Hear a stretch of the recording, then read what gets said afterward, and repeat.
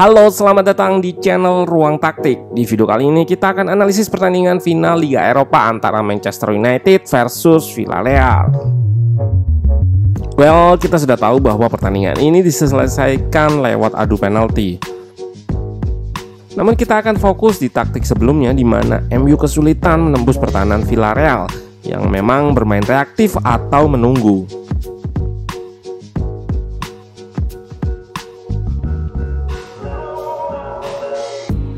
Bisa dibilang ini adalah masalah klasik MU di bawah Ole, dan Emery pun menerapkan strategi yang tepat dengan mengambil pendekatan defense lalu counter. Nah, kita akan bahas di mana letak kekurangan MU dan apa yang harus dilakukan dari sisi taktikal. Let's go, kita bahas sama-sama.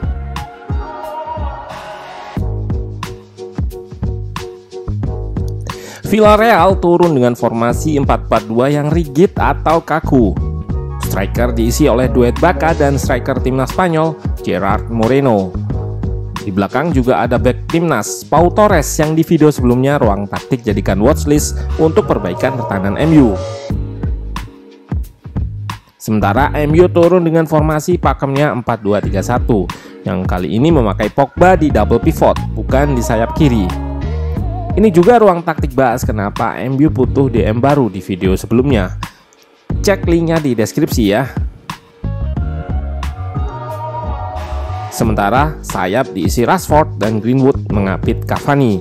Di belakang Bailey menggantikan pos Maguire yang cedera. Nah, shape di belakang seringnya seperti ini, diisi oleh satu DM yang drop atau turun ke belakang membentuk 3 back.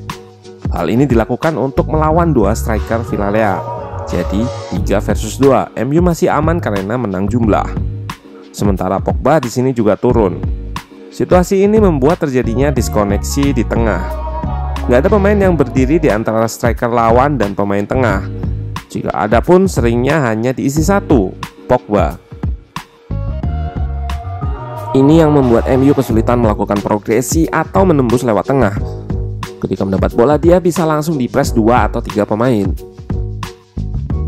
Dari pass map ini terlihat umpan banyak dilakukan kiri kanan, terutama di duet Lindelof dan Bailey, lalu menyerang lewat sektor kiri sehingga garisnya tebal.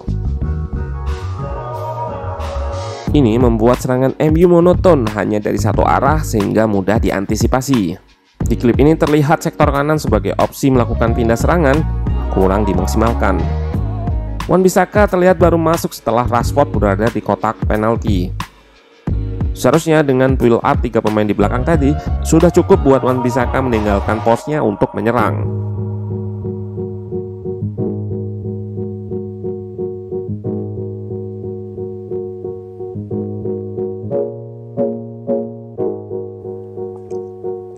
Saat menyerang dari kiri, Villarreal akan merapatkan pertahanannya ke arah kiri. Kalau Wan-Bissaka nggak naik seperti ini, Villarreal akan mudah bertahannya dengan selalu rapat di sebelah kiri.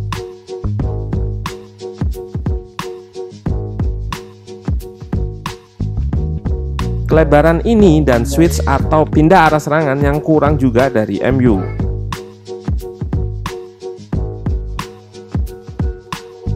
Satu masalah lagi yang mencolok di babak pertama adalah peran dan posisi Bruno. Yap, pemain timnas Portugal ini jarang sekali untuk drop atau turun ke bawah untuk menghubungkan antara lini tengah dan depan. Instruksi untuknya adalah selalu naik dan mengikat satu back, baik dengan melebar atau sejajar dengan Cavani. Ini bikin lini tengah terdiskoneksi. Pogba nggak ada opsi untuk umpan dan inilah yang jadi awal gol Villarreal. Set piece jadi momok MU musim ini. Di IPL saja sudah kebobolan 14 gol hanya dari set piece. Ini jumlah yang banyak dan harus diperbaiki oleh jajaran staf kepelatihan.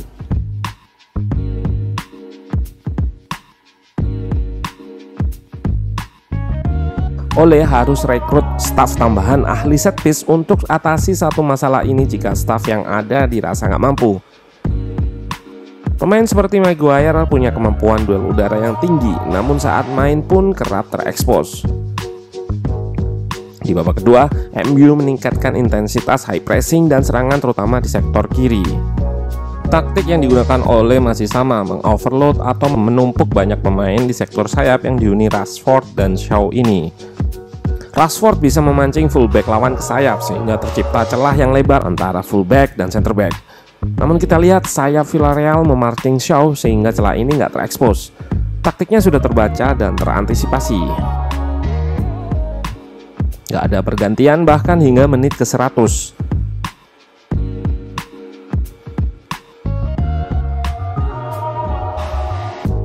Sebaliknya, Emery memaksimalkan 5 pergantian ditambah 1 pemain waktu extra time.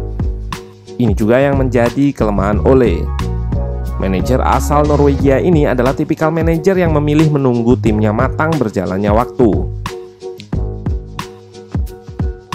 Meski gol tercipta, nyatanya masih kesulitan menciptakan peluang lagi. Ole kurang berani ambil resiko, misalnya menggantikan Rashford yang kurang maksimal, lalu menggeser Pogba ke sayap kiri,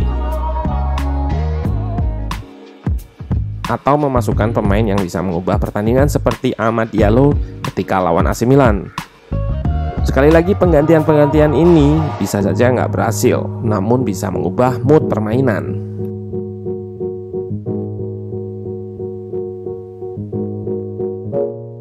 Ole menutup musim ini tanpa gelar.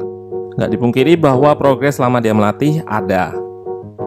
Namun dengan situasi sekarang, tanpa progres di musim mendatang, karirnya bisa terancam. Dan kekurangan-kekurangan tadi juga di seluruh musim harus segera diperbaiki. Apalagi jika incarannya gelar, level bermain harus ditingkatkan.